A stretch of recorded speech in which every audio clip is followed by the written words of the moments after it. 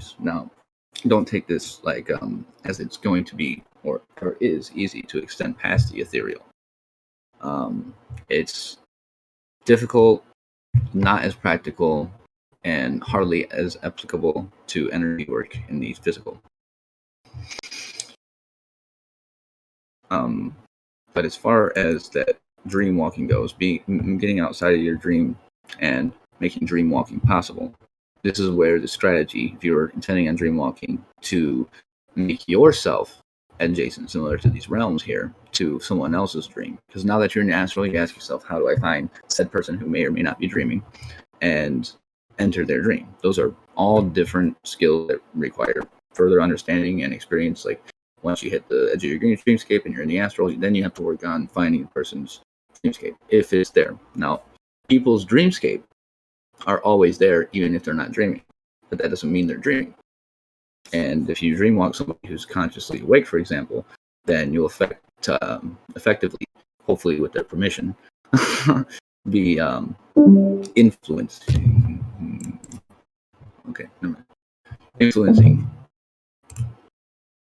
Okay, I'm sorry, I got myself on Do Not Disturb, and it's making these noises anyway, but that's okay. So you were talking about if you're dreamscaping? If you're trying to find a dream out in the astral after you've exited your dream reality, it's a whole nother subject to find another edge that's specifically the person that you're trying to dreamwalk. Get to the edge, pass their dream barrier, which is different than passing this dream barrier, and ending up on this side. And at that point, you basically have to access this person's subconscious, or the concepts that make up the dreamscape and their center. And because of that, you can still be a nothing awareness and find their center and communicate with them that way. It's not so difficult to do that. But if someone you're dreamwalking isn't like also a avid lucid dreamer and is likely to be dreaming, then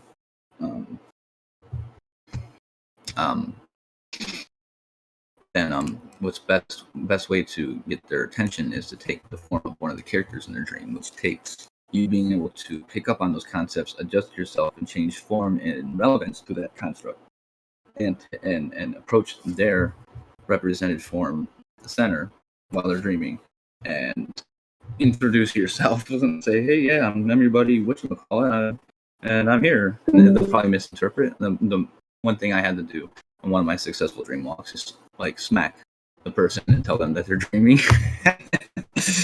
One time I tried doing that, dude wake up. It was pretty funny. But most of the time that really gets their attention. Tell them they're dreaming and tell them who you are. You get screaming at them. It's effective that way. And usually get the picture. Can I ask a question? What happened when the person who you were dreamwalking in their dream woke up? What was the experience like for you when that happened? Like a slingshot. Now, when you're out here in these dream realities, or I'm sorry, the astral realm, and you're out of your dream reality, there's a tether between like you and your core still. And you travel the astral plane with this tether still on you. In fact, some people, like notably without it having prior knowledge of this, will say that they can recognize, see, or feel one of the or the actual tether that they're attached to. And it's really hard to, it's not as simple as like, oh, this is leading this way, but it is. It's just you can go squiggly line all over the astral realm, and it's still going to have, if you're here, it's still going to have a connection this way to where you originally exited your dream reality. So that tether is the reason why you can't just go out there and like most people are afraid of when they get out there, like they won't ever return to original selves or things like that. Well, it's actually pretty much impossible, and unless they die physically, their focus point is on the physical realm, and that's where all this branches off of. And until their physical selves die, all other existences on the other realms will continue to exist.